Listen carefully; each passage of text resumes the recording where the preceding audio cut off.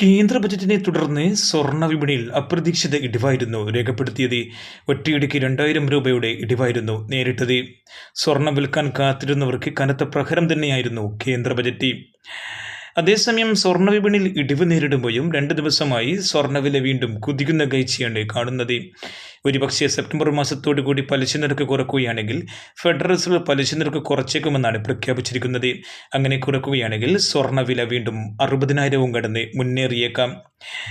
അതേസമയം ഈ വർഷം പലിശ നിരക്ക് കുറക്കുന്നത് ആലോചനയിൽ ഇല്ലെന്നാണുള്ള വാർത്തയാണ് പുറത്തുവരുന്നതെങ്കിൽ സ്വർണ്ണവില 45,000 താഴാനും സാധ്യതയുണ്ട്.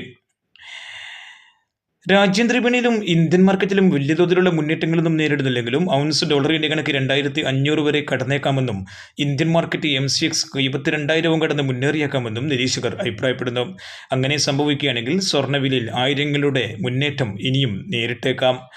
സ്വർണ്ണവില ഇന്നലെ ഒരു പവന് 160 രൂപ കൂടി 51,560 എത്തുകയായിരുന്നു.